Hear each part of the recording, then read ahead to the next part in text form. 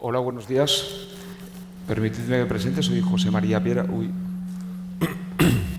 Soy José María Piera. En el carnet de identidad dice, y es verdad, que nací en 1961, que estoy casado. No dice que tengo 3 hijos. Y pertenezco, por haber nacido en ese año, a esa generación que creció cuando un tipo que se llamaba McLaren juntó a una banda llamada los Sex Pistols y creció al albur de eso que se llamaba el No Future. Cuando yo creo que precisamente he tenido el privilegio de pertenecer a una generación que si ha tenido algo ha sido futuro. Hoy, que se habla mucho, socialmente está bastante instalado la convicción de que el futuro es complicado para los que estáis entre los 20, 25, que hay menos oportunidades, me ha parecido interesante traeros a 2 personas, a 2 amigos, para que escuchar su opinión al respecto, que nos digan cómo ven el presente, cómo ven el futuro y saber también un poquito más de ellos. Creo que ninguno de los 2 necesita presentación, pero la voy a hacer por si acaso. Aquí a mi izquierda está mi amigo y socio Toni Segarra. Toni Segarra, aparte de tener una cabeza peculiar, ahora el micrófono no le entraba, es de los tíos, yo creo que de las personas más sensatas que he conocido yo en mi vida, muy culto, buena gente, y creo que es un gran conversador. Creo que vais a disfrutar y aprender mucho escuchando de él. Y el publicitario más premiado en la historia de la publicidad española. A su lado está el que quizás sea el mejor discípulo que haya tenido Toni en esto de la publicidad, aunque luego se haya dedicado a muchos otros ámbitos, que es Risto. Yo a Risto le conocí cuando trabajaba en Doctor Music, que un día Neo Sala, el de Doctor Music, me dijo: aquí hay un tío, tens que conèixer-lo, aquest tens que conèixer-lo, que és molt bo. Después tuve la suerte de coincidir con él en la agencia, trabajando. Tuve la mala suerte de que enseguida empezó lo de Operación Triunfo y salió de la agencia para acometer subida por otros derroteros. Pero claro, estáis frente a un tipo que ayer por la noche cuelga una foto en Instagram y en Facebook y que en este momento tiene pues 55.000 likes, por ejemplo. O sea, 55.000 personas que han hecho algo, han reaccionado ante algo que ha publicado. O sea, una de las personas que mueve gente. Yo, para calentar y entrar en materia y hablar sobre las oportunidades de los jóvenes y el contexto, les voy a tirar un par o 3 de preguntitas rápidas y luego ya les dejaré que hablen, que es a lo que habéis venido y a lo que he venido yo, que es a escucharles. La primera pregunta es casi obligatoria, ¿no? Es, Risto, 20, 22 años, 18, no sé cuándo. ¿Cuándo empiezas tu actividad profesional? ¿Qué haces? ¿Cómo empiezas tú en este entorno de empezar a trabajar en un futuro profesional? Bueno, yo primero, buenos días a todos. Gracias, Piera, por invitarme. Es un honor y siempre que un amigo te llama, digo sí, pero es que encima estar con, ya lo habéis oído, ha sido mi mentor y me ha dicho, no me avergüences en público, lo voy a hacer. Yo creo que este hombre es el Messi de la publicidad. O sea, si hay un Messi de la publicidad, es este señor. Yo soy un poco el Arbeloa. Compárame con Tamudo, por ejemplo. Exacto. Yo soy Arbeloa, pero el de la selección, además. Sí, pero vamos a... Oye, también ha hecho su... O sea, joder. Bueno, ¿cómo empiezo? Yo empiezo mintiendo, básicamente. O sea, yo estudié en ESADE, Administración y Dirección de Empresas. Primer mensaje que creo que es importante. Aquí tenéis 2 publicitarios que no han estudiado publicidad. Que cada uno tome sus notas. Básicamente porque bueno, pues, te obligan a tomar una decisión sobre tu carrera, pero eso no significa que tenga que condicionar el resto de tu vida, ¿no? Y de hecho acabo la carrera, no quería carrera. Mi madre tuvo ahí un punto de lucidez que me dijo: tú acabas la carrera y luego haz lo que te dé la gana. Y conforme acabé la carrera metí el título en un cajón y me fui a Basat. Me fui a la agencia en ese momento que más me sonaba porque habían venido a dar un par de charlas y tal. Y me presenté ahí, mentí, dije que yo había estudiado Bellas Artes. Y sí, ya ves tú, no sé coger un lápiz, pero nadie me hizo una prueba de nivel. Me dijeron, bueno, pues, sí, pues ponte ahí en el departamento creativo, todavía se hacían así las cosas.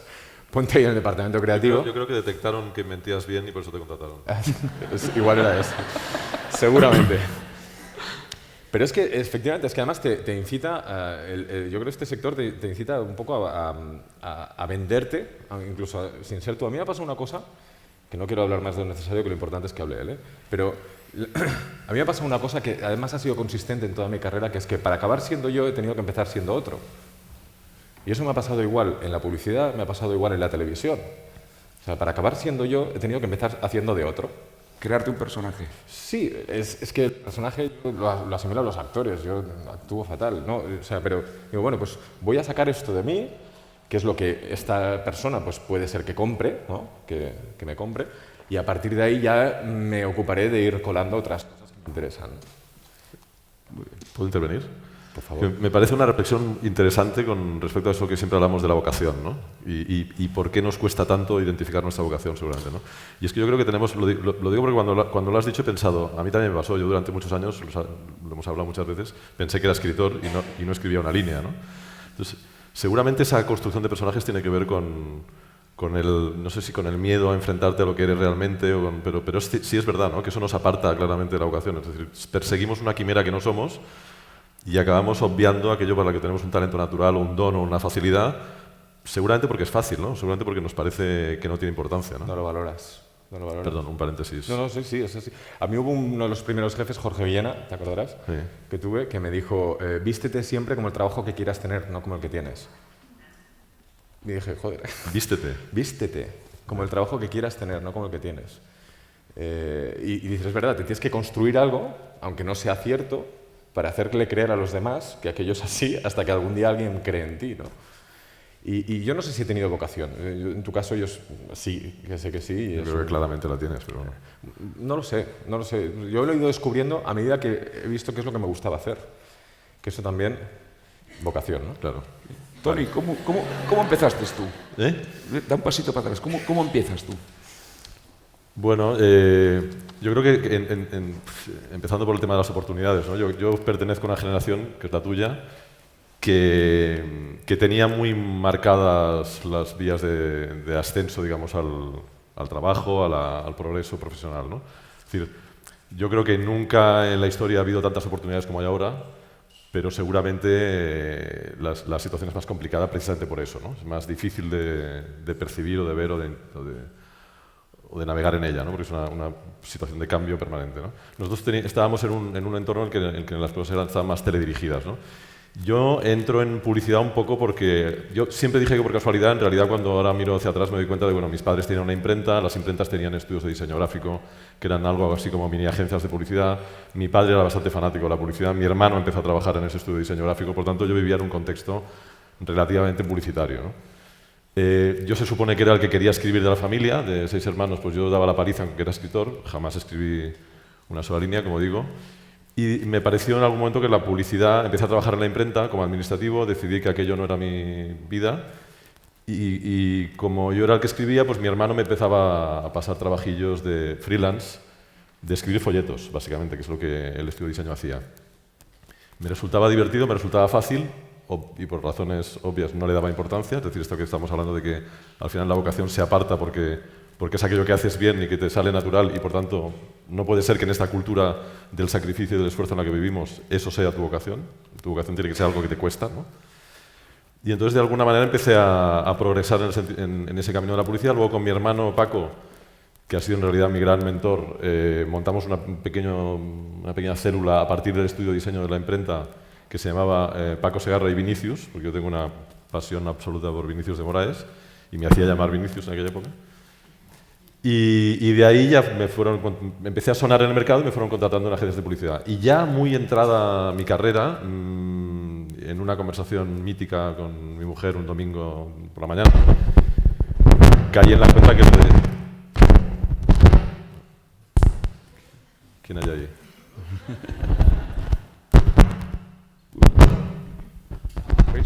Creo que quieren que nos levantemos. Sí, ¿no? La barba. Es mi cabeza peculiar. Os he dicho, tiene una cabeza peculiar. Ya me han advertido que mi cabeza peculiar me iba a traer Mientras se me iba a arregla traer Toni, problemas. ahora que dice lo de Vinicius, mi primer recuerdo de Toni Segarra es, me río mucho, no sé si de él o con él. Estaba viendo una revista de nuestro sector que se llama Anuncios y de repente veo un pequeño anunciete en un rincón que ponía Vinicius es una agencia que hace anuncios que producen beneficios o algo así. Sí. Literalmente así. ¿Era de este? De hecho, la agencia Pues se mira, llamaba... me acuerdo 30 años después, ¿eh? Todo el mundo tiene un mal día, ¿eh? Sí. Bueno, espérate. La agencia se llamaba la Compañía de Estructuras Mentales Desmontables Vinicius. Aclaro. Ya está todo dicho. Y ahora se llama SCPF, con lo cual, digamos, lo de poner nombres no ha sido nunca mi fuerte, ¿no? Y bueno, me encontré, digamos, dirigido en ese camino de la publicidad de una manera un tanto natural, digamos, ¿no? Había, digamos que los pasos estaban bastante marcados y los fui dando uno a uno, ¿no? Sí, pero digamos, lo tuviste, entre comillas, fácil para la Sí. incorporación. Era casi un problema de decisión. Sí, también hay que tener en cuenta que en los 80 la publicidad era un negocio claramente deficitario en personal y en gente y en talento. Y por lo tanto, contrataba, sobrepagaba de una manera. Recuerdo cuando me ficharon, mi primer gran fichaje que fue en Contrapunto Madrid, le fui a decir a mi madre que me iba a vivir a Madrid y lo que me pagaban. Y recuerdo que la primera pregunta que me hizo fue, ¿es legal lo que vas a hacer? Es verdad que la publicidad paga muy bien. Pero es verdad también que era otra época. Yo recuerdo, por ejemplo, al tener 18 años, le pedí a mi padre, me decía, ¿qué regalo quieres? Y digo, un trabajo. Digo, yo estudiaré, yo ya iré a la universidad, no te preocupes, pero me gustaría que me regalases un trabajo. Claro, ahora me viene ahora mis hijas, me dice, regálame un trabajo y no sé dónde empezar, cómo llamar, porque está complicado. Nosotros lo tuvimos un poquito más fácil que ahora, pero también estoy de acuerdo contigo que hay muchísimas más oportunidades ahí fuera de las que nosotros tuvimos. Sí, yo creo que al final siempre hablamos de lo mismo, ¿no? Que hemos pasado de un entorno simple, fácil y sencillo a un entorno complejo, ¿no? Y esto que es muy fácil de decir y que todo el mundo aceptará, luego es muy fácil de asumir y de admitir, ¿no? Pero si estamos en un entorno complejo, estamos en un entorno complejo y hay que tomar conciencia de ello, ¿no? Lo digo porque, por ejemplo, en la profesión tendemos a pensar, a hablar todo el rato del nuevo modelo de agencia de publicidad, ¿no? Que es una manera de pensar de entorno simple, ¿no? Si creemos que hay un nuevo modelo de agencia de publicidad, quiere decir que entendemos que seguimos en un modelo simple donde habrá un modelo de agencia de publicidad. Cuando si aceptamos que estamos en un entorno complejo, fragmentado, difícil, roto, tiene que haber varios modelos, como mínimo unas docenas de modelos de agencia. Y yo creo que eso, al final, se traslada también a eso que hablamos de la facilidad. Es verdad que teníamos un entorno fácil, pero también es verdad que teníamos un entorno teledirigido, ¿no? Yo creo que francamente, preferiría vivir ser joven ahora, ¿no? Preferiría vivir en un entorno donde digamos, no hay facilidad, pero hay una enorme cantidad de oportunidades que nos brinda la tecnología, que nos brinda los medios, ¿no? Esos 55.000 likes de ayer, ¿no? Esa posibilidad de tener, ayer lo hablábamos, ¿no? Una audiencia masiva de modo gratuito, ¿no? Sí, el acceder a muchísima gente... Bueno, yo no querría ser joven ahora, ¿eh? Para mí sería una putada ahora tremenda. Sí, porque dentro la cantidad de oportunidades que hay, es verdad que ahora todo depende del talento. Ahora todo depende del talento que tú tengas. Si tú haces un buen tweet, puedes llegar a millones de personas, pero hazlo. O sea, cúrratelo y tenlo. Eric Braunstein, el tío este en publicidad es muy conocido, un chaval que con 20 y pocos años no le contrataban en ningún sitio en Nueva York, en las agencias de Nueva York, os podéis imaginar la cantidad de currículums que envía la gente, y el tipo se curró una campaña que le costó $6 comprando AdWords de los nombres y apellidos de los principales directores creativos de las agencias de publicidad de Nueva York. De tal manera que cuando los directores creativos se buscaban a sí mismos, cosa que hacemos todos los días, todos los directores creativos, se buscaban a sí mismos, el primer link que aparecía era el suyo. Y ponía, buscarte a ti mismo es divertido, pero contratarme a mí lo es mucho más. Eso es talento. Eso es talento. Y le costó $6. A mí cuando un chaval me dice, es que es muy difícil, le cuento esta historia. Ahora, tienes que ser Eric Braunstein, tienes que tener esa idea, ¿no? Esa cabeza. Yo tuve la suerte de trabajar en un momento en el que no ganaba el que más talento tenía, sino el más pesado. O sea, yo a este señor lo estuve persiguiendo durante muchos años, y si no, desmiéntelo. Puse prueba a trabajar con él y no paré hasta que lo conseguí. ¿Era el más talentoso? Ni de coña. O sea, a este señor le llegaban los mejores de mi promoción y de otras muchas promociones. No es que no fueras talentoso, es que eras peculiar. Bueno, lo tomaré como un piropo. Pero, lo es. Sí. Pero fijaos que realmente es el tío que está ahí, vuelve a estar y no envía un currículum y ya está. Dice, es que ya le envié el currículum a Antonio Segarra. Si yo sabía que recibía 200 al día. Yo tenía que estar ahí hasta que conseguí estar con él. Y no en su agencia, en su mesa.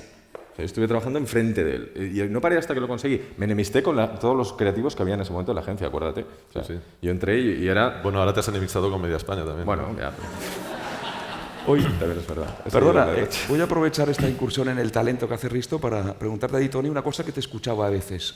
y que creo que tiene que ver mucho con la generación de oportunidades, y es el cómo reorientar la educación, que me parece que es lo que aquí llamamos al pal de paller, lo que aguanta todo el edificio de las futuras oportunidades. Tú decías, te he escuchado alguna vez, que nos estamos equivocando, que estamos fabricando, entre comillas, alumnos orientados a lo que supuestamente necesita la sociedad. Y tú siempre dices que eres mucho más partidario de orientar a los alumnos al descubrimiento de su talento, y tienes aparte una definición de talento que me interesa, y me gustaría que esto también lo expliques y lo compartas y que habléis sobre ello.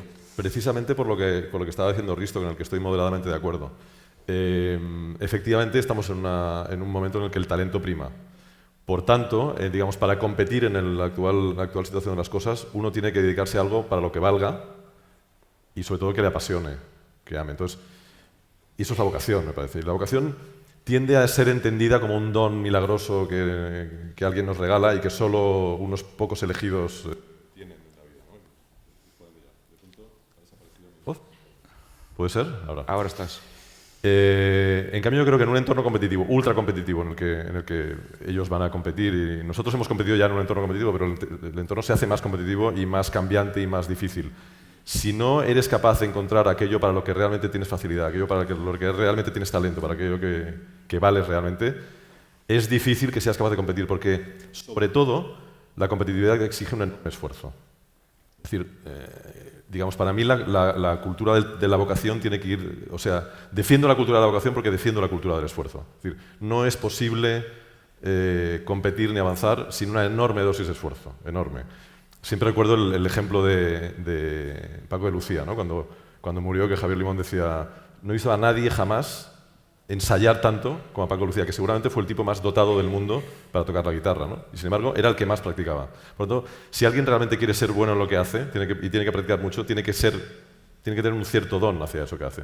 Por lo tanto, me parece que efectivamente vivimos en un entorno que privilegia la construcción de carreras para un supuesto mercado que ya ha desaparecido, que ha explotado. Creo que solamente un 30% de los arquitectos titulados trabajan en arquitectura en estos momentos, por ejemplo, ¿no? Es decir, hoy en día hacer una carrera de arquitectura es un poco un semisuicidio, ¿no? ¿Algún arquitecto en la sala? Que vayan saliendo. Ahí hay uno. Se ha ido a suicidar. No, pero... ¿Todo bien? Por tanto, deberíamos entender, yo creo que deberíamos entender la educación como la búsqueda, como el aprendizaje de aquel talento que uno tiene, que ya además no creo que sea uno, ni dos, ni tres. Yo creo que todos tenemos unas cuantas facilidades, yo creo que todos tenemos unos cuantos dones, y creo que descubrirlos tiene que ver con descubrir aquello que te resulta fácil. Que me parece una cosa de perogrullo, pero bastante sensata. Paco de Lucía. Paco de Lucía, cómo descubre su familia el don que tenía para la guitarra. Estaba su hermano tocando la guitarra, intentando hacer unas notas, y de repente el niño pequeño, que no le salían al mayor, dice: me dejas la guitarra, y le salió. No había tocado nunca la guitarra. Y la tomó, o sea, lo Pero tenía. a ver, si solo vamos a lo que resulta fácil, lo digo por meter un poquito, si no estamos de acuerdo. Sí, venga. Si solo vamos a lo que resulta fácil, a mí me resulta fácil salir de fiesta y todos seremos Kiko Rivera. O sea, de alguna forma... ¿No? Y Kiko Rivera no tiene un don. Sí, sí. No, y luego siempre queda la política, ¿no? Exacto, también. No, yo, con lo que decías, ayer estábamos hablando justamente del tema de la educación y de los padres, ¿no? O sea, como padres, a veces, bueno, yo también, la gente a veces se piensa que hablas de publicidad, estamos hablando de los niños, ¿no? Pues mi niño me ha dicho tal. Bueno, estamos hablando de la responsabilidad como padre, como primer educador, ¿no? Primer responsable de esa educación. Y yo creo que un padre, ¿qué es un padre? ¿No? Para empezar, o una madre, da igual, o sea, ¿qué es un progenitor? Yo creo que un padre es alguien que no sabe lo que tiene que enseñar a alguien que encima no está interesado en aprenderlo, en un momento en el que ninguno de los dos, además, está preparado. Entonces, eso es una circunstancia... A mí nadie me ha enseñado a ser padre. Con Marina justamente tuve una conversación un día sobre un sofá muy parecido a este, que él ha montado una universidad de padres. Es algo tan evidente, es decir, que nadie te enseñe a lo más importante de tu vida, que es educar a alguien, ¿no? Entonces, educar a alguien, al final, ¿en qué consiste? No lo sé. Yo sé que a mi hijo intento 3 cosas. Primero, valores, integridad, honestidad, en fin, lo básico de la vida. Segundo, criterio, para discernir entre esto bien, esto mal, esto sí, esto no. Y tercero, lo que tú has dicho, identificar lo antes posible en su vida aquello que le guste hacer. y luego con suerte que se dedique a ello y le paguen, ¿no? Muchas más cosas yo creo que es pretencioso y aparte imposible de inocular. Es que, ¿qué más puedes hacer fuera de eso? Yo creo que tiene que ver con esa idea que me parece que la defiende muy bien Javier Gomá, el filósofo vasco, que es la idea de la ejemplaridad, ¿no? Y al final yo creo que un padre lo único que puede ser es ejemplar, ¿no? En el buen sentido de la palabra. Porque al final yo sí estoy convencido de que educar es imposible, sobre todo en términos de paternidad. Y al final lo que hay es aprendizaje, ¿no? O sea, digamos, tu hijo va a captar cosas de ti que tú le dices que tú a lo mejor no sabes, porque a lo mejor es un gesto, a lo mejor es porque te ve leer, o a lo mejor es porque... Yo, por ejemplo, le digo, no busques novias, busca buenas ex. Tiene 5 años, pero... ¿Te entiende, Risto? Pero creo que es un gran mensaje, o sea, ojalá, de verdad, ojalá se lo dijera... Es un buen tuit. Es un buen tuit. Algo queda. Pero sí, es verdad, o sea, es decir, trasladar todo lo que... Algo queda, pero es distinto. Nosotros somos 6 hermanos y de vez en cuando nos reunimos, ¿eh? Y hablamos, obviamente, cuando ya hay 2 gin tonics por en medio y varias cervezas, acabamos hablando de batallitas, ¿no? Y es curioso porque todos recordamos a nuestro padre con anécdotas completamente distintas. Y todos asistimos a las anécdotas, pero cada uno de nosotros ha recordado una distinta. Con lo cual quiere decir que, digamos, de todo lo que él esparció, algunas cosas quedaron en un hijo y otras quedaron en otro, ¿no? Y eso al final habla de que el que aprende es el que está delante y el que educa al final lo que le queda es tratar de dar un ejemplo con su vida, con su actuación correcto, ¿no? O sea, se aprenden cosas que no se pueden enseñar. Exacto. Sí. Ya nos podemos ir, ¿eh? No. Sí. No, pero Risto, tú hablabas de Marina hace un momento y a ti te escuché también en una charla, una comida reciente que tuvimos, una reflexión que a mí me interesó mucho. Y hablabas de la teoría de Marina también de Otto, que era una pregunta más que una afirmación, que decía, ¿qué hubiera pasado si en vez de educarnos sobre la verdad, sobre el método científico, sobre la búsqueda del progreso a partir de ahí, hubiésemos buscado otro valor? En vez del de la verdad, que es al que te lleva el método científico, el de la justicia, por ejemplo. Entonces, hiciste una reflexión al respecto que me pareció interesante y oportuna, porque tiene que ver con la educación y tiene que ver también con el tipo de sociedad que construimos con el caldo de cultivo de esas oportunidades. Sí, además él hablaba de la historia de la humanidad. Dice, en la historia de la humanidad hemos buscado la verdad y a lo mejor deberíamos haber buscado la justicia. Y dices, ojo, o sea, es también una idea de estas que te explota la cabeza cuando te la cuentan, ¿no? Porque dices, y en tu vida también, ¿no? Es decir, nos pasamos... ¿Qué es el éxito, no?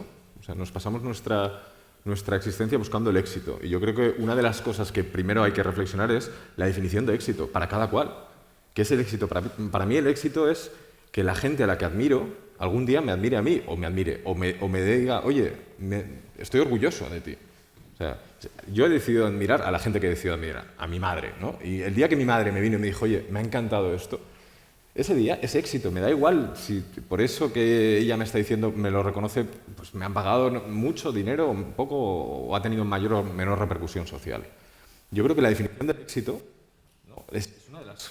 Igual que tu relación con el dinero, es otra de las cosas que por ejemplaridad o por ósmosis o por lo que sea, tienes que asentar lo antes posible en tu vida, ¿no? Porque eso te va a condicionar todo lo demás. Tus decisiones laborales, personales, sentimentales, todas. Es muy interesante esa idea de... Me he quedado con la idea de la... Vaya, que no me has escuchado nada, ¿no? No, se ha quedado pensando en lo que he dicho yo, Risto, lo siento. Bueno, es lo que solía ocurrir en la... Está bien, ya, vale, gracias. No, pero me he quedado pensando con la idea del concepto rector, ¿no? Es decir, de que al final es verdad que hemos construido civilizaciones, construimos también marcas o compañías o empresas o vidas a partir de conceptos rectores, ¿no? Y es verdad que esa búsqueda de la verdad, que al final es una quimera, ¿no? Es decir, si alguna certeza tenemos que no es posible encontrar la verdad, es decir, al final es un trabajo, bueno, trágico, ¿no? Al final queremos hacerlo, pero sabemos que no vamos a llegar, cuanto más sabes. Que me lleva también a una idea que me interesa mucho últimamente, que es la idea de la ignorancia, ¿no? La idea de la ignorancia y la idea de la cultura general, que es una cosa que quería reivindicar también, ¿no? en un entorno como este. Es decir, la idea de que estamos gobernados o somos un mundo excesivamente especialista. Y un especialista al final es alguien que realmente ha alcanzado una cierta dosis de verdad porque ha mirado solamente un pequeño cajón de conocimiento, ¿no? Entonces, en ese pequeño cajón de conocimiento uno puede tener la ilusión de encontrar ciertas certezas, ¿no? Es verdad que la especialización nos ha permitido progresar, es cierto, y ahí seguimos, pero en cambio no hay un contrapeso que siempre ha existido, yo creo que siempre había existido, de una cierta cultura general que tiene que ver con la ignorancia. Es decir, tiene que ser, al final, lo que un cliente compra de mí, por ejemplo, cuando pide mi opinión, es que yo no sepa demasiado de su trabajo, ¿no? Es decir, que yo aplique mi especialización a un entorno de ignorancia, ¿no? Es decir, yo no sé y por tanto no soy... Tú me llamas porque yo tengo distancia. Si yo supiera tanto como tú, tendría el mismo problema que tú. Y tú lo que quieres es que yo te mire desde lejos y contemple. Yo creo que eso, por ejemplo, la cultura general, que es una cosa que estamos abandonando, ¿no? Por inútil, porque no encaja en una sociedad, digamos, de la eficiencia, del éxito, pues, probablemente, nos permite esa mirada desde lejos, nos permite esa mirada en perspectiva global, esa cierta distancia, ese yo solo sé que no sé nada, que procede precisamente de la sabiduría, ¿no? Cuanto más sabes, más ignorante eres, más ignorante te conoces, ¿no? Sí, pero tú no solo ignoras aquello que estás tratando, sino que después emites un análisis. Un análisis, exactamente. O sea, tú procesas de alguna forma esa cultura general y emites un análisis sintético, que yo creo que es lo que hacemos en publicidad, pero que se podría extrapolar a otras profesiones también, que es algo muy complejo lo reduces a algo muy simple, ¿no? Bueno, porque al final yo creo que la creatividad y la elaboración, el análisis tiene que ver con el conectar dos cosas lo más opuestas posibles, ¿no? En la medida en que tu espectro sea amplio, esas posibilidades de conectar de una manera más brillante o más interesante o más original o más potente aumentan, ¿no? Entonces, yo haría una reivindicación grande, enorme, en este momento de cambio precisamente, en este momento de vivir, digamos, en una ola que constantemente muda de forma y de la cultura general. Eso tiene que ver con la tecnología también, ¿no? Porque en un momento en el que cada día, ¿no? hay nuevas redes sociales, nuevos aparatitos, nuevas historias. Aparatitos es muy viejo, muy viejuno. Pero bueno, ya me entendéis, ¿no? El gadget, ¿no? La cultura del gadget. Hay gente que se queda... Yo siempre digo que ante cualquier innovación tecnológica, la humanidad se divide en dos tipos de personas. Los mecánicos, que se quedan ahí mirando, mira, tiene 200 megas, no sé cuántos, tal. Y luego están los exploradores, que les da igual lo que tenga, van a ver qué es lo que pueden hacer con ello. Que cogen el iPhone y te rodan una película, un cortometraje, que te hacen... Pero que les da igual, lo utilizan como un medio para llegar a ese... Claro, pero es que ¿quién nos ayuda a comprender conceptualmente esto que está pasando, ¿no? Porque si todos vamos a... Ayer contaba, que siempre la cuento, ¿no? La anécdota de mi abuela que decía que ella vivió el momento que llegó la bombilla a su casa, ¿no? Hubo un día que no había bombilla y al día siguiente le instalaron una bombilla en el salón. Y yo preguntaba, ¿y qué hacíais? Y decía, ¿encender y apagar? Claro, es obvio, ¿no? Claro. Y esto, con la mayoría de las tecnologías que nos llegan, es lo que estamos haciendo. Estamos encendiendo y apagando por la bombilla y no entendiendo conceptualmente qué significa eso. Y eso implica distancia. Vuelvo otra vez a la idea de ignorancia, ¿no?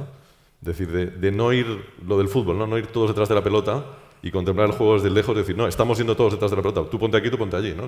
Aquí está pasando algo que no funciona bien, ¿no? Tú por eso no tienes Twitter. Por eso.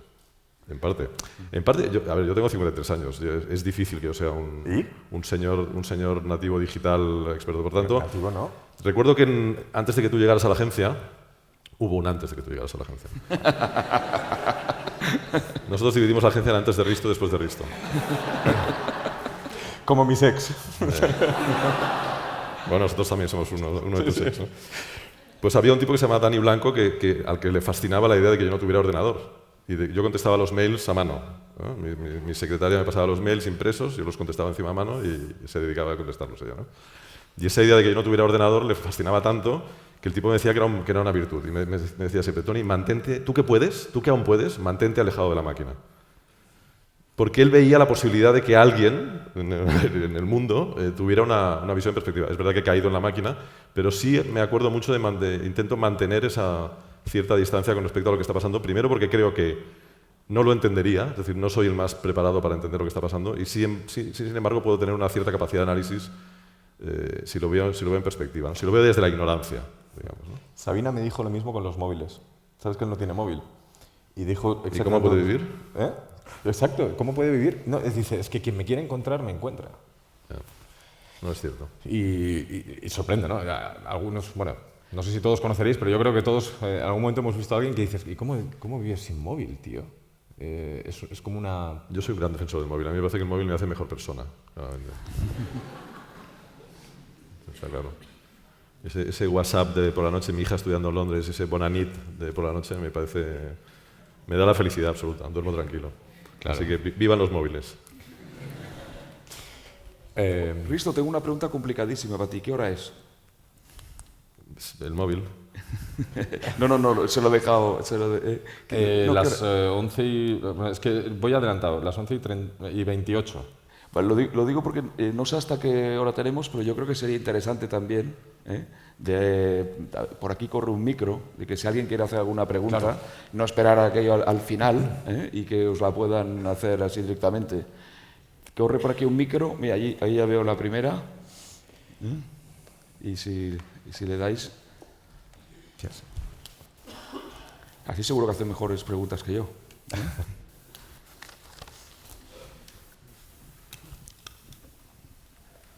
Hola. Hola. Bueno, es la primera vez que hablo delante de tanta gente. Supongo que estoy nerviosa no solo por ello, sino por toda la gente que tengo detrás. Nosotros también estamos nerviosos, Bueno, habéis comentado que cuando empezasteis en el mundo de la publicidad, vosotros, para empezar, no estudiasteis publicidad, sino que hicisteis otras carreras, ¿no? Y por circunstancias de la vida terminasteis en publicidad, ¿no? También que os inventasteis el currículum, por ejemplo, o que simplemente... Sí, bueno, no es un gran análisis de la conversación. Sí. Sí, me interesa. No, pero es algo que ya era consciente de ello, ¿no? Pero he visto que, bueno, si vosotros lo decís, será verdad también, ¿no? Entonces, habláis de vuestra propia experiencia, ¿no? De cuando erais más jóvenes, pero yo creo que hoy en día, además de eso, también hay que hacerse notar, ¿no? Y diferenciarse en algo, como el ejemplo que has dicho antes del chico este que... no sé qué hizo. Bronstein, sí. Sí. Entonces, quería saber... Estoy nerviosa. ¿Creéis que es cierto que hoy en día para entrar en el mundo de la publicidad además hay que destacar como lo de los AdWords o hacer algo fuera de lo común para dar la nota, digamos? Porque parece que no es solo el currículum lo que importa hoy en día o contactos, sino además llamar la atención. Mira, el currículum no ha tenido importancia nunca. Por eso ya podía mentir él, que daba igual. Efectivamente, en publicidad, la publicidad tiene más que ver con la carpintería que con la arquitectura, con el derecho. Es decir, yo siempre reclamo que no se haga la carrera de publicidad porque me parece que la publicidad no da para tanto. Yo agradezco mucho que haya una carrera porque nos da una cierta importancia. Yo estudio publicidad y sé de lo que hablas, claro. ¿Eh? Quiero decir, es una carrera interesante, pero no te prepara para la publicidad en sí. No te entiendo. Pues, por ejemplo, para publicidad Mejor. vale más la pena haber estudiado diseño o quizás ingeniería informática o algo más en un campo más centrado, porque la publicidad es como un ámbito muy amplio, entonces te enseña muchas cosas, pero nada concreto. Sí, pero en todo caso tu pregunta era cómo hacer para entrar a una agencia, ¿no? Sí. No, pero iba por el comentario. Pero sí, tienes razón. Demostrando talento. Siempre ha sido así. Es decir, esto no ha cambiado ahora. Lo que creo es que ahora hay una oportunidad infinitamente mayor de demostrar talento que hace 20 años cuando yo empezaba, o 30 años, en que demostrar talento pasaba por un campo único que era hacer un buen spot. Entonces, o bien mostrabas guiones de spots o de dobles páginas a la gente a la que querías que te contratara, te los podías inventar y de hecho eso hacíamos, o bien entrabas en el circuito habitual de estas cosas y al final acababas consiguiendo que te dejaran hacer un buen spot, acababas ganando algún premio y acababas progresando en el oficio. Era más ordenado, era más fácil, pero era muy complicado también, ¿eh? Demostrar talento es lo que hay que hacer para que te contraten en una agencia, eso está claro. Yo te diría una cosa, yo recibo cada día muchísimos currículums de gente que quiere entrar en la agencia. Y lo primero que me gustaría es aprovechar que aquí hay algún medio para hablar de la irresponsabilidad que desde la administración tenemos fabricando exceso de publicitarios. Hay facultades de publicidad en todas las ciudades, en todas las universidades. Estamos fabricando muchísimos publicitarios. Yo creo que mucho más de los que realmente tiene capacidad de absorber, no sé si estaréis de acuerdo, el mercado, que aparte se está achicando. Y entonces esto es una reflexión que la primera que haría. Entonces, lo que sí te digo es que hay gente que consigue que ese mail que te entra, que te llama la atención, por lo que sea, por la manera de hablar, por el tono, y es siempre previo al currículum. Yo estoy totalmente de acuerdo con Tony, no es el currículum lo que a mí me hace que mire una persona, sino a lo mejor posiblemente es la manera de esas 3 líneas que te ponen antes. Entonces te aconsejo que te trabajes más que el currículum, esas 3 o 4 líneas de antes. Para empezar, porque a los 22, 23, 25 años no tienes currículum. Exacto. Por lo tanto, no es inútil. Yo creo que hay 3 maneras de triunfar en la vida, solo 3. La primera es ser el mejor, que es muy difícil, solo hay uno. O eres Tony Segarra o te comen los mocos. O eres Leo Messi o eres uno, no hay más. Entonces, ¿qué pasa? ¿Todos los demás no podrían trabajar? No. La segunda es ser el primero, también muy difícil. el primero en algo, pues hay departamentos de I+D, hay muchísima inversión de gente intentando hacer algo por primera vez en la historia, ¿no? Y la tercera, que es la que creo que está al alcance de todos, y es la que te invito a que pruebes, es ser el único. El único en algo, en lo que sea. El único, aquel que, puntos suspensivos, y eso lo rellenas tú. Porque solo lo vas a poder rellenar tú a tu manera. Yo querría ampliar, es decir, lo del mejor es una falacia, no existe el mejor. Lo dice el mejor. No existe. No existe, es un concepto falso de esta cultura del éxito absurda que vivimos. No existe el mejor y luego ser bueno permite triunfar en una profesión y, por ejemplo, en publicidad hay espacio para unos cuantos centenares de buenos, por tanto, lo que hay que ser es bueno. Y para ser bueno, uno tiene que estar convencido de que la publicidad o lo que quiere hacer es aquello para lo que sirve, para lo que tiene un cierto talento, un cierto don y currar mucho, eso sí. Eso no te lo quita nadie. Más vale que te guste lo que vas a hacer porque vas a tener que currar mucho. De ahí mi... Muy bien. Oye, un aplauso a su primera pregunta en la vida.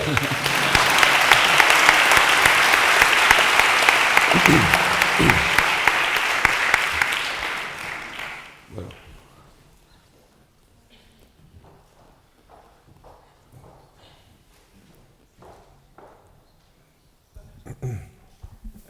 Tú también.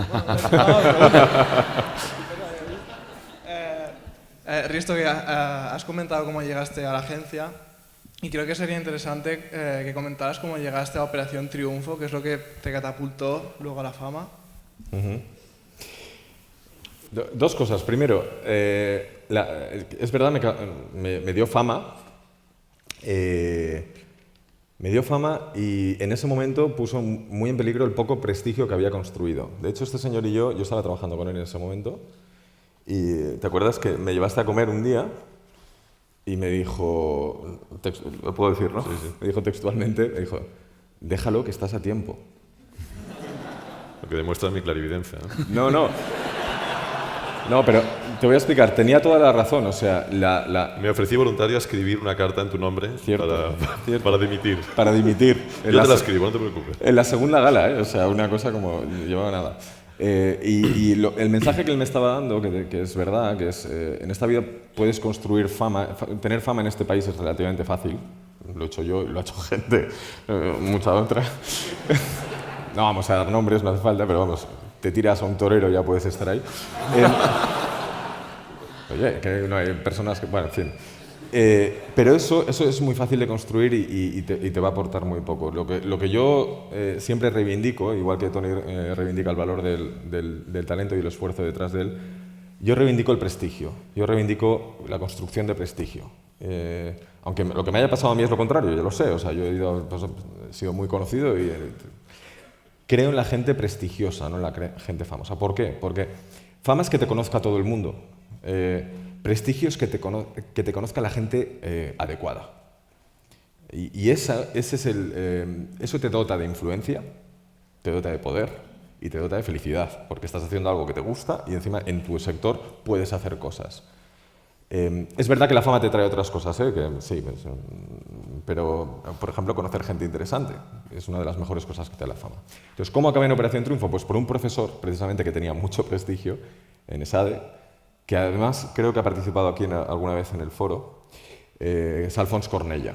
Alfons Cornella me dio clases en ESADE, tuve una muy estrecha relación con él, estuve ayudándole en proyectos de investigación durante la carrera, etc.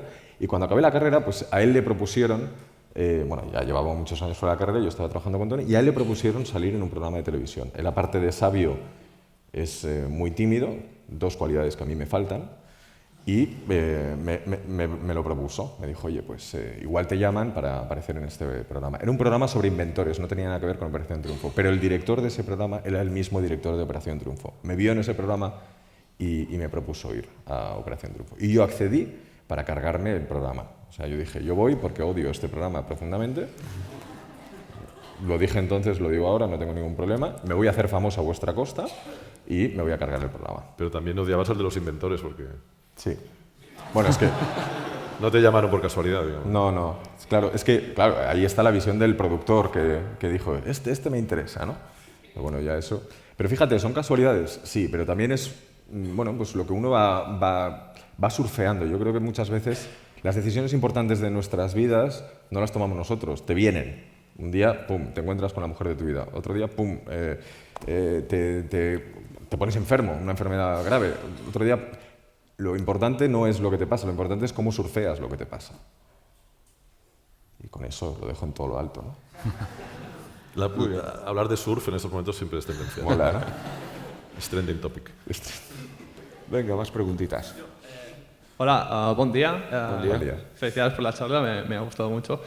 Sois empresarios que tenéis una gran experiencia y tenéis un gran equipo detrás. Yo hace un mes he abierto una pequeña oficina en Mataró y, bueno, estoy sin un duro, ¿no? O sea, es lo típico. ¿Cómo se llama la empresa? Haz publicidad. ¿Cómo se llama la Sí, empresa? Internet, hemos creado una aplicación, es una red social de compradores, se llama Woones, W-O-O-N-E-S-T. Muy bien. Es una aplicación para Android, por favor, si tenéis Android por aquí, os pediría Por favor, que hacedle la caso y bajaros descargáis. la aplicación inmediatamente. Hay wifi, creo, o sea que... Vale. Tampoco te vengas arriba. Ah, bueno. Entonces, mi pregunta es, yo ahora trabajo mucho con chicos que están haciendo prácticas conmigo. Habéis hablado de la vocación. ¿Cómo puedo ayudarles a encontrar su vocación? ¿Cómo puedo, no sé, molestarles o de alguna manera es esto, ayudarles? Para mí, luego sí que quieres, pero lo más importante sobre todo es que si te das cuenta de que no la tienen, se lo digas. Porque eso es lo más complicado. Y eso para ti es lo más fácil de percibir. Si no sirven para lo que están haciendo, y eso es fácil de percibir, el mejor favor que les puedes hacer es decírselo. Es duro y es jodido, pero eso es lo mejor que les puedes hacer. Ya te digo si es duro. Pero una vez que se lo diga, debería de ayudarle, ¿no? A reorientarse, por ejemplo. Hombre, si lo sabes y si eres capaz de verlo, pues es maravilloso, ¿no? Dedícate a eso, entonces, si eres capaz de verlo con todo eso. Pero sobre todo yo creo que lo que menos cuesta ver y lo que menos solemos decir es cuando alguien no sirve para algo, pues que no sirve. Y dejamos que la gente se eternice en sus puestos de trabajo sin servir demasiado, con sueldos de miseria y con vidas de miseria, pues porque no les hemos dicho es que no servías para esto. Coño. Lo que sí es fácil de detectar, también creo yo, es lo que les es fácil hacer. Y es muy probable que entre aquella amalgama de cosas que les sea fácil hacer esté su vocación, que es lo que haces con total naturalidad, lo que hablábamos antes de la guitarra de Paco Lucía. Y yo intentaría observar eso y posiblemente de ahí extraigas el aprendizaje. A mí me ocurre con cierta frecuencia, para empezar, ayer. Es decir, amigos míos que me envían a sus hijos porque quieren hacer publicidad, porque les interesa publicidad, para tener una charla para ver si les puedo orientar. Y en general me suelo encontrar con gente que tiene una vocación pero que no lo sabe o que le parece que no, o sus padres le han convencido de que eso no es, ¿no? Ayer o anteayer, un chaval que es músico, es músico desde los 8 años. Lo que pasa que, claro, como ser músico ahora mismo tiene 18, 19, significa que es DJ en discotecas, ¿o qué? Eso se ha convertido en la farra, la juerga, no sé qué, y eso no es importante. Pero es un chaval que me dijo, no, ahora cuando salga de la reunión contigo me voy a mi estudio y voy a estar 7, 8 horas haciendo musiquitas y luego estoy tratando de vender mis piezas en la radio y luego no sé qué, llevo desde los 8 años tocando la guitarra y digo, hostia, chaval, tú eres músico, dedícate a eso. Hostia. O sea, no todo el mundo tiene la suerte como tú de tener una vocación tan temprana, ¿no? Sin embargo, este chaval me estaba diciendo cómo hacía publicidad, porque en su casa le habían dicho que tenía que dedicarse a algo que le diera dinero. Digo, ¿publicidad, dinero? Es lo que decía él. Si es meterte en un agujero del que seguramente no saldrás nunca, ¿no? Entonces, a veces es muy fácil cuando hablas con alguien de detectar lo que el otro no ve porque está metido en una caja que le impide verlo, porque no tiene la ignorancia suficiente como para verse con distancia, ¿no? Gracias. Muy bien. Ahí delante.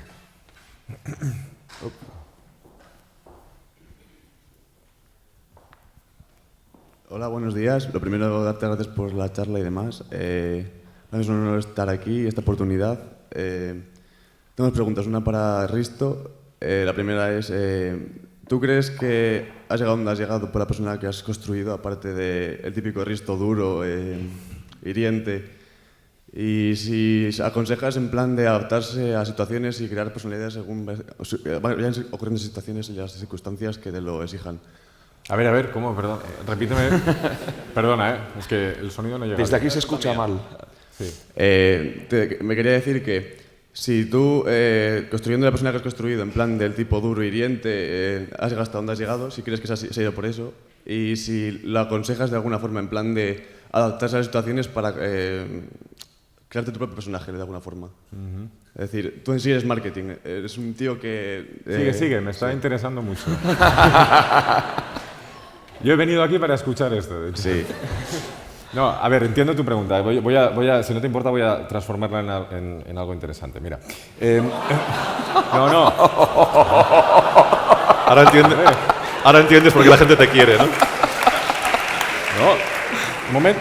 Joder, le estoy echando la mano. ¿Así? Pues es igual, ya ves. Es que lo ves que soy así. Lo ves, ¿no? O sea, lo ves. No. Yo, lo que me ha pasado a mí, ¿se lo recomiendo a los demás? Desde luego no. No, para empezar, porque entonces me quitaríais el trabajo. Entonces yo estoy ahí, claro, me gusta que no haya tantos como yo. Pero sí que recomiendo que lo que decía Tony antes, que suscribo 100% lo que ha dicho con respecto a lo que te es fácil hacer. A mí me es fácil comunicar.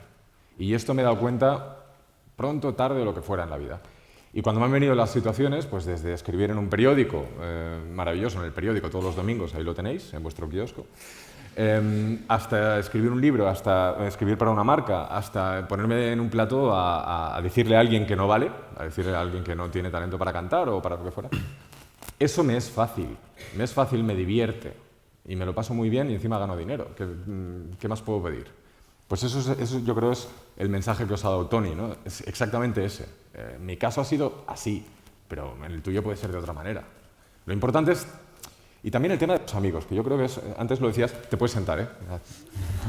Ah, ¿tienes otra pregunta? Segunda. Venga, bueno, pues siéntate un momento que le cuento una cosa y luego se la preguntas. El tema de los amigos, que yo creo que esto a veces me pasaba en el concurso de inventos, pasó en el concurso de cantantes y creo que pasa mucho en la vida. El no tener a tiempo un amigo que te diga, igual no.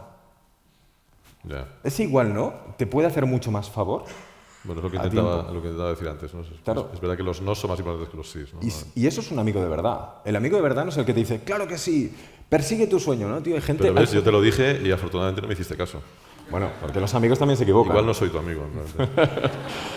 Más de lo que te crees. No, pero ese consejo a tiempo, o conmigo que te haga plantearte si realmente está... Hay gente que, es verdad, que acude a los platós, yo me he encontrado muchos, en otro, no en Operación Triunfo, en Tú sí que vales, pero te encuentras mucha gente que parece que no tenga amigos. Tú no tienes a nadie, un ser querido, que te evite este ridículo, ¿no? Sí. Lo ves a veces con la gente con sus peinados o sus formas de vestir, ¿no? Muchas veces. También, exacto. Alguien tendría que... Alguien debería decirle algo. Mi tupé, por ejemplo. Entonces, cuando lo dices, eres el borde, eres el no sé qué, dices, bueno, pues si le estoy haciendo el favor que no le ha hecho el amigo, me tendría que dar las gracias. Cierto. Bueno, en fin, siguiente pregunta para Tony. Sí, bueno, desde el punto de vista corporativo, quería preguntarte, últimamente se está poniendo como de moda que todo el mundo tiene que emprender sí o sí, tenga vocación o no para hacerlo. Entonces, mi pregunta es, ¿tú ves que ese incipiente crecimiento de gente que quiere emprender es a causa también de que se está llevando a cabo una tarea de marketing bestial para que la gente, de alguna forma, es decir, que se bajen las tasas de paro y que acaba creando una empresa, o que es en plan, la gente está cambiando, la mentalidad de la gente está cambiando, los chavales jóvenes quieren hacer cosas nuevas y no el sistema antiguo no vale? Es decir, la forma de hacer las cosas como estaban haciendo hasta ahora no vale, no funcionan. Hombre, a ver, para empezar, me parece interesante, ha surgido por aquí alguna vez el tema empresa, empresario, en lugar de emprendedor. A mí me gustaría reivindicar el concepto de empresario. Es decir, yo creo que en algún momento alguien muy brillante le hizo una buena campaña de publicidad al concepto de empresario, que estaba mal visto, y utilizó la palabra que creo que es de origen francés, ¿no? Emprendedor, y ha vuelto a hacer cool la idea de ser empresario, pero volvamos otra vez al origen. Es decir, se trata de crear empresa y de ser empresario, ¿no? que es un valor muy antiguo y en el que está sustentado, yo creo, esta cultura, ¿no? Yo creo que precisamente, digamos, el mundo progresó cuando estaba gobernado por la mentalidad empresarial y ha progresado menos cuando está gobernada por la mentalidad financiera, pero bueno, esto es otro tema. Me parece que esta, digamos, fiebre de la emprendeduría tiene que ver efectivamente con la disolución del mundo tal como lo habíamos entendido hasta ahora. Es decir, uno de los efectos benéficos de Internet yo creo que es devolvernos al desorden, al caos en el que hemos vivido siempre, y que durante determinadas épocas el hombre trata de ordenar en base a leyes, en base a mecanismos que nos permiten vivir, no hay que olvidarlo, porque sin eso sería difícil transitar. Necesitamos una interfaz que nos permita navegar por una vida que es fragmentaria, que es caótica, que es cambiante, radicalmente cambiante, ¿no? Pero es verdad que Internet nos ha transparentado la realidad un poco tal como es, ¿no? Y eso implica que la mayoría de las cosas que servían, esos caminos fáciles de los que hablábamos, pues sirven menos. No es que no sirvan, pero sirven menos, sirven bastante menos. Y por tanto, una de las salidas al final, o uno de los mensajes es, hombre, tu futuro está en tus manos, básicamente, ¿no? Yo creo que eso empiezo a detectarlo de una manera muy violenta y muy positiva en los chavales en los últimos 2 o 3 años. Empiezo a detectar que la gente que salís ahora de la universidad tenéis muy claro ese mensaje, ¿no? Es decir, al final, lo que no pueda construir yo, lo que no pueda hacer yo mismo con mi propio talento, difícilmente me lo va a dar otro, ¿no? Es decir, ya no esperáis que de la sociedad que os arregle, que os dé las pistas, que os dé... Antes era el reclamo de oportunidades y ahora es, tengo las oportunidades, voy a aprovecharlas, ¿no? Me parece que esa, digamos, la fiebre de la emprendeduría tiene que ver con eso, ¿eh? Yo creo que se nos pasará y acabaremos en otro lugar, pero tiene que ver con ese concepto de mi futuro está en mis manos, ¿no? Y no en las manos de otros que me dicen por dónde tengo que ir, ¿no? ¿No crees que hay un No poco... en la teoría, no en la idea de digamos, del amansamiento, de la domesticación, del adiestramiento, que tiene que ver mucho con los digamos, cuarteles militares y tal, que es en el modelo que ha fundado la escuela, que entendemos como escuela, ¿no? Eso se tiene que transformar en otra cosa y en eso estamos, ¿no? ¿No crees que hay un poco de burbuja con todo este tema? Sí, claro. Es un poco pero tiene hype ahora el crearte tu startup. Hay que percibir desde el... O sea, eso está ocurriendo, es real. ¿Por qué ocurre eso, ¿no? Lo de intentar comprender conceptualmente, ¿no? Yo creo que lo que ocurre es que no hay una certeza y, por tanto, no hay un camino fácil, no hay unos mecanismos, se disuelve lo que existía y, por tanto, hay una intención de avanzar uno, ¿no? Y eso se ha llamado emprendeduría y se ha dirigido, digamos, de una manera determinada. Que no es cierta, es verdad, esto genera burbujas, pero al final lo que queda es, hay que reconstruir el sistema o hay que disolverlo para siempre y inventar la manera, digamos, más individual y más individualizada de avanzar, ¿no? A mí me preocupa ver gente, bueno, como sabes, tú y yo participamos a veces en empresas, en startups, en gente que monta negocios y bueno, y que le ves alguna visibilidad y dices, bueno, esto puede ser... Pero hay muchas que te vienen a presentar su proyecto y tal, y dices, oye, por supuesto, todo el mundo tiene derecho a intentar y a montar, pero que no están basadas en un problema. Y a mí lo que me cuesta a veces es hacer de jurado cabrón con ellos, porque dices, joder, están poniéndole toda la ilusión en algo que dices, ¿dónde está el problema? O sea, ¿qué es lo que intentas solucionar? ¿Qué es lo que...? A mí, Joaquín Lorente, que es mi otro gran maestro, me enseñó que triunfar es llenar vacíos. Triunfar es llenar vacíos, o sea, algo que no está ocurriendo, que tú lo satisfagas, una satisfacción de alguien o algo que nadie está haciendo. No necesariamente, yo creo que en parte sí y en parte también triunfar es hacer algo mejor que los demás. También, pero eso significa... Creo que es una cosa que se olvida en el mundo del emprendimiento. Pero había un vacío entonces por encima de ellos. O sea, bueno, seguramente ves una oportunidad de, pues esto que no están haciendo ellos, lo voy a hacer yo. Lo puedes entender así, pero yo creo que un bar que haga una buena tortilla de patatas triunfa. Y no ha inventado nada. Bueno, pero todos tenemos ansia de buena tortilla de patatas. Por tanto, al final hacer las cosas mejor, hacer una buena silla, hacer la mejor silla posible, eso funciona. Pero no están haciendo sillas. Ya. Quizá una de las burbujas de no tanto es la emprendeduría, pero sí esa obsesión por la originalidad o por la innovación. Eso sí es una burbuja peligrosa, porque al final la originalidad es prácticamente imposible, por no decir imposible. Es decir, todo está basado en algo, todo está construido sobre algo. Creatividad es conocimiento, ¿no?, que dice Fran Adrià. Es decir, al final, yo creo, y vuelvo otra vez a la ignorancia, ¿no? Es decir, saber de dónde procedes, saber sobre qué construyes, también te ayuda primero a ser más humilde y segundo a ser menos obsesivo con algo tan imposible y por tanto tan frustrante como tratar de ser original, ¿no? Yo creo que habría que decir, no hay que ser original, hay que ser, en todo caso, bueno, mejor, llenar un hueco en el sentido de ofrecer algo al mercado, al mundo, que tú creas que lo va a mejorar mínimamente, ¿no? Mínimamente. Yo creo que detrás de cualquier marca, detrás de cualquier compañía, de cualquier empresa, hay una pretensión de mejorar el mundo. Aunque sea una marca de salchichas de Frankfurt o de compresas, ¿no? La obsesión por la idea. Es que esta idea la tengo yo y no te la voy a contar. Nos ha pasado a todos, ¿eh? No te la voy a contar porque, claro, igual me la copias. Por la paternidad, ¿no? Bueno, eso con la economía la más abierta está desapareciendo. No. La gente tiende a te vienen compartir más. Te vienen con unos contratos de non-disclosure agreement, no sé cuántos tal, y dices... si es que la idea no vale nada. No todos. O sea, yo tuve la idea... Yo. No sé si nos han puesto un 15 o que faltan 15 ¿Qué pone minutos. allí, perdón? 15 minutos. ¿Qué pone? 10 vale. Pensaba que era la nota y me parecía buena. ¿Sobre qué? Depende de qué. 15 sobre 10, ¿no? Ah, no sé. Yo tuve la idea, o sea, nadie más, tuve la idea del mejor jugador del mundo. A mí se me ocurrió un tío, oye, que fuera argentino, criado en Argentina, oye, y que de repente con la correcta educación y tal, ahora voy al padre Leo Messi y le reclamo derechos. Digo, tío, o sea, lo que has hecho con tu hijo y todos los educadores y la Masía, no sé cuántos tal, es idea mía. Sois unos cabrones, me habéis copiado. La idea no vale nada. Lo que vale es la ejecución. Siempre. Y esto... Es otro mensaje fundamental. Fundamental. Los bares y los taxis y las reuniones de startups están llenas de ideas que cambian el mundo, que lo mejoran, que lo arreglan definitivamente, que no tienen ningún valor en absoluto. En absoluto. Hacer cosas. Hacer cosas y hacer cosas con los demás. Yo creo que eso es... si hay dos mensajes que hay que trasladar, yo creo que son esos. O sea, la colaboración, el trabajo en equipo, la generosidad que implica esa colaboración es fundamental. Tus ideas, aunque no lo creas, crecen con los demás, prácticamente siempre. Lo mismo que tus hijos en contacto con los demás mejoran. Y hay que tratar de tener esa generosidad y esa humildad como para convivir, digamos, o compartir tus ideas y tu éxito con los demás, ¿no? Totalmente. Si no puedes ser el mejor, vete a currar con él. Ya. Hay unas cuantas manos por aquí. Sí. Escucha esto. Ha venido toda la prensa para la pregunta. Yo quería comentaros porque habéis hablado, y tengo la oportunidad de preguntar a tres grandes, ¿no?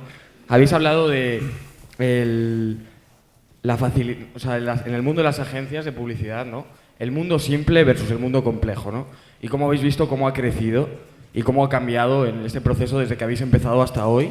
Y me gustaría preguntaros, vosotros que sabéis y que podéis conocer, ¿cómo veis el mundo de la publicidad de aquí a otros 10 o 20 años? Porque yo creo que la revolución que está sufriendo y que estamos viviendo frente a agencias simples o mundo simple versus mundo complejo, todavía se va a hacer todavía más complejo.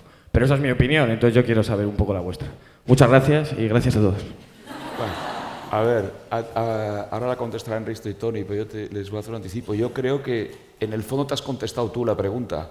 En esta tensión entre lo que es la simplicidad, que es esencial a la hora de hablar de una idea, que la idea sea simple, clara, y la complejidad de su aplicación, de donde la vas a tirar esa idea, que a cargo de especialistas es donde va a vivir el futuro de la publicidad. La necesidad de tener gente de una mente, si quieres, más renacentista, más generalista, que realmente sean capaces de tener una vista de pájaro y ver las ideas y vean el bosque y la gente que se ocupe de cada árbol, que cada vez son más. Yo no sé si lo veis distinto. No, completamente de acuerdo. También contestar que no tengo ni la menor idea de hacia dónde va la publicidad en los próximos 10 años y creo que el que te dé una respuesta te está como mínimo mintiendo o tendría que empezar diciendo es mi suposición o es mi intuición. Puedo tener efectivamente intuiciones, puedo tener corazonadas o puedo tener más bien deseos, ¿no? Y efectivamente mi deseo va en la línea del que plantea José María, ¿no? La idea de que se reequilibre, ya no solo la publicidad, sino yo creo que el mundo en general, ¿no? Es decir, que digamos, la visión generalista de las cosas, la capacidad de analizar lo que nos ocurre, vuelve a tener como mínimo el mismo protagonismo que ahora mismo tiene la especialidad. Y yo creo que una de las grandes oportunidades que tenéis todos en el mundo de la publicidad es que hay que reinventarla, y reinventarla en múltiples modelos que van a funcionar todos si lo hacéis bien. Por lo tanto, invéntate tu modelo. A mí es que no me interesa la pregunta. Y voy a decir por qué. No, voy a decir porque no es por ti, ¿eh? Es una muy buena pregunta, pero no me interesa. Y es más, creo que no os debería interesar a vosotros. No os debería interesar el futuro, os debería interesar hoy. Os debería interesar qué es lo que vais a hacer cuando salgáis de esta sala. Porque, como bien han dicho aquí dos sabios que saben mucho más que yo, de aquí a un año nadie sabe cómo va a estar. No la publicidad, el mundo de los negocios. O sea, si hace 15 años me llegan a decir que la mejor idea de comunicación se le ocurre a un chaval en un campus, de los últimos 15 años, que es Facebook, que es una cosa como... No vino de ningún publicitario. Si alguien me llega a decir que la mejor idea de la música viene de un tío que se dedicaba a hacer ordenadores, que es un iPod, y de repente todo eso va a cambiar mucho, y por eso a mí ha dejado de preocuparme el futuro. Ahora me preocupa el presente, hoy. ¿Qué oportunidades tengo aquí delante?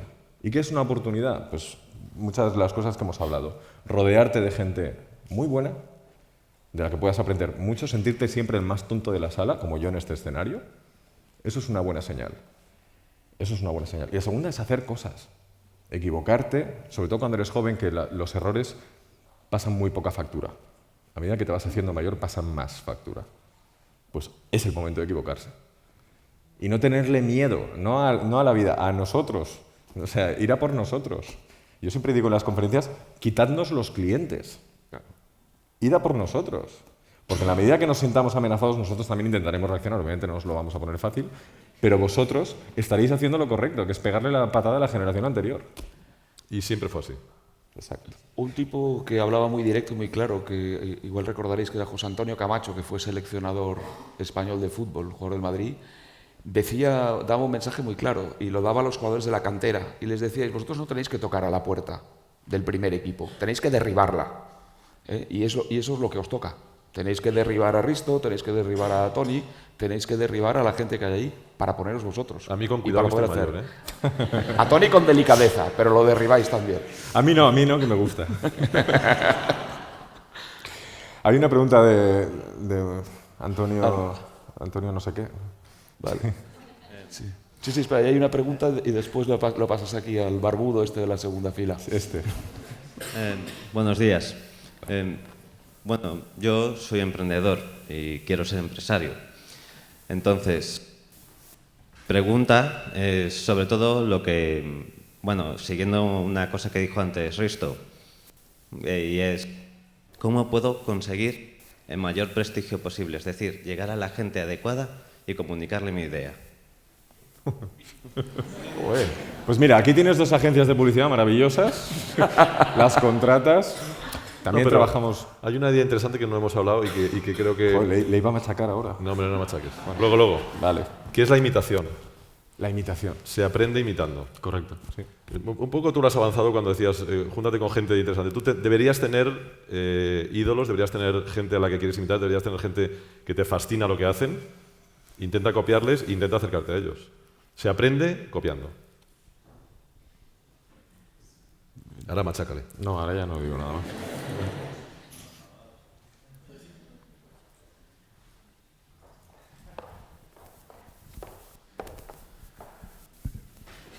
Buenos días.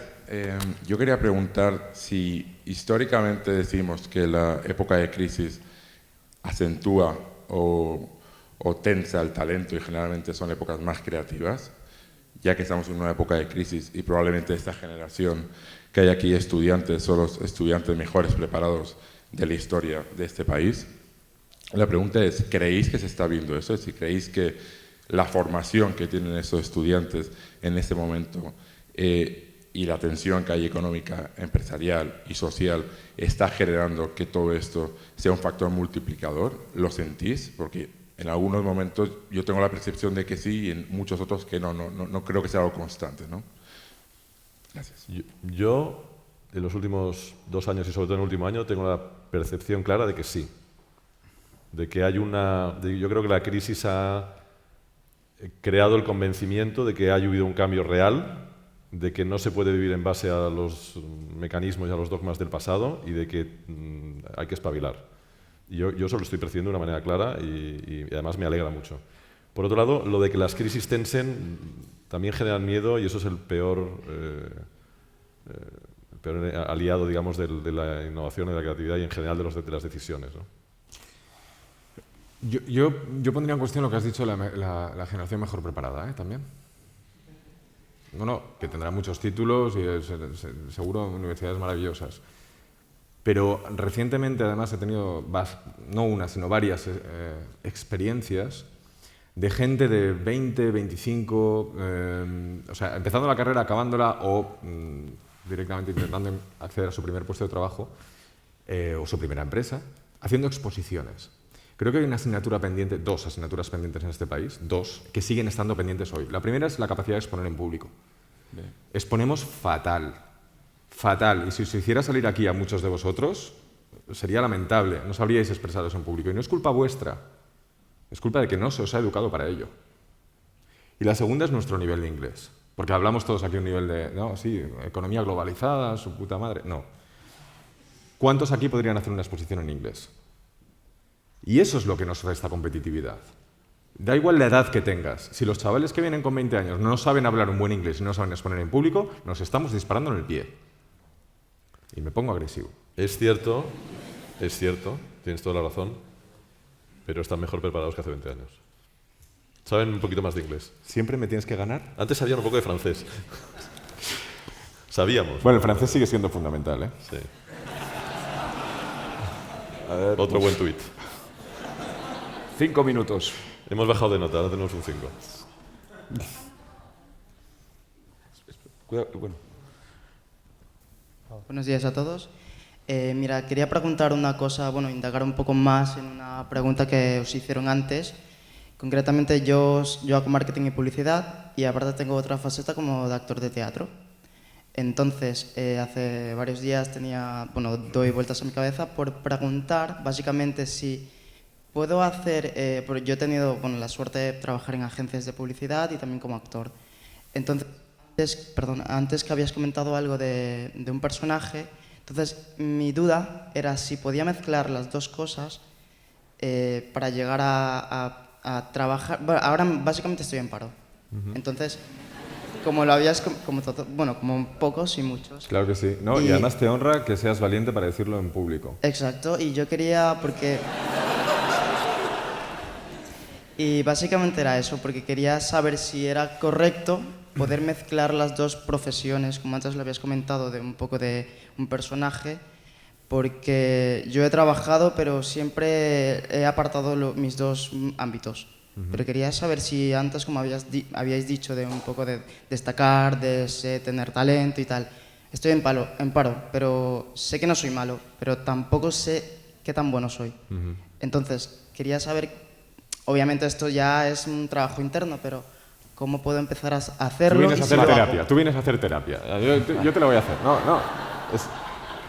No, es que es muy interesante esto que dices, porque fíjate, tener dos ámbitos en tu vida que te interesan, que te gustan, que te apasionan, es una oportunidad increíble de ser único. Porque habrá muy poca gente en tu situación. Habrá mucha gente que hará marketing, habrá mucha gente que hará acting, se dedicará a ser actor. Pero que junte las dos no habrá tanta. Es la intersección de los diagramas de Venn y ahí tienes una oportunidad de negocio. Te voy a poner un ejemplo y es muy cortito, pero hace poco un amigo que está montando una empresa de juegos de rol para empresas. O sea, lo que hace es, tiene actores, son varios actores que están juntados y dan un servicio de team building, en fin, mil cosas para empresas que lo que hacen es hacerles vivir una película. Cogen el guión de una película, asignan personajes, luego hacen una reflexión sobre dinámicas de grupo, para grupos de trabajo, en fin, muy interesante todo el concepto y están trabajando y se lo han creado ellos. Varios actores que estaban en paro.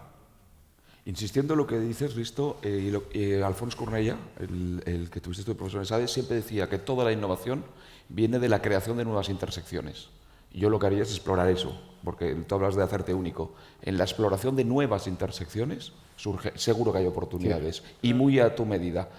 Claro, porque yo no... Sí, pero como nos queda un minuto y tal, si te has respondido, ya se ha quedado antes una persona, te ha cedido el turno. Y creo que será la última pregunta. ¿Se oye? Sí. Vosotros que tenéis, de alguna forma tenéis una audiencia joven, nueva, buscando trabajo, y vosotros que tenéis unas mejores agencias de publicidad de España, la pregunta es para ellos, ¿no? Está claro. Sí, bueno, si quieres. Seguro que te apuntarás. Igual. No, es igual. ¿Qué buscas y no encuentras? ¿No? Porque un poco, ¿qué talento estás buscando y crees que es fundamental hoy? Y a pesar de que es la mejor generación, no consigues encontrar, ¿no? Ahora que tienes audiencia es, si yo tuviera que buscar algo y no lo encuentro en un entorno donde hay muchísima oferta, ¿no? Mensaje para... Sí, yo te diría que pensamiento conceptual. A mí me parece que la comunicación tiene que ver con conceptos y tiene que ver con estrategia, tiene que ver con largo plazo. Los tres conceptos de los que acabo de hablar están en retirada o en crisis y yo lo que he hecho de menos es eso, que eduquemos a los futuros comunicadores en esa idea, en la idea de que comunicar marcas es construir. Sí, yo lo que he hecho más de menos y lo que más me gustaría recibir es visión, largo plazo. La mirada mucho más lejos, que es lo que te hace saltar por encima de lo anecdótico que normalmente es lo que está pasando, es lo que te hace realmente hacer algo que orade, que sea profundo y que realmente sea sólido. El trabajo de construcción que decía Tony.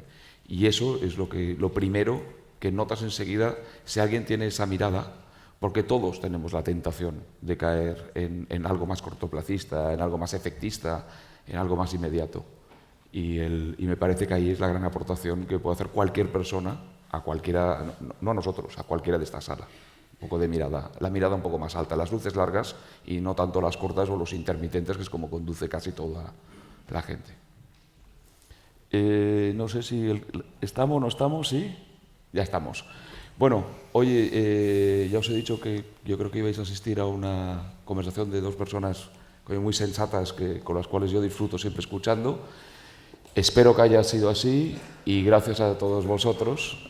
Y si ha sido así, les dais un aplauso muy fuerte, ¿vale?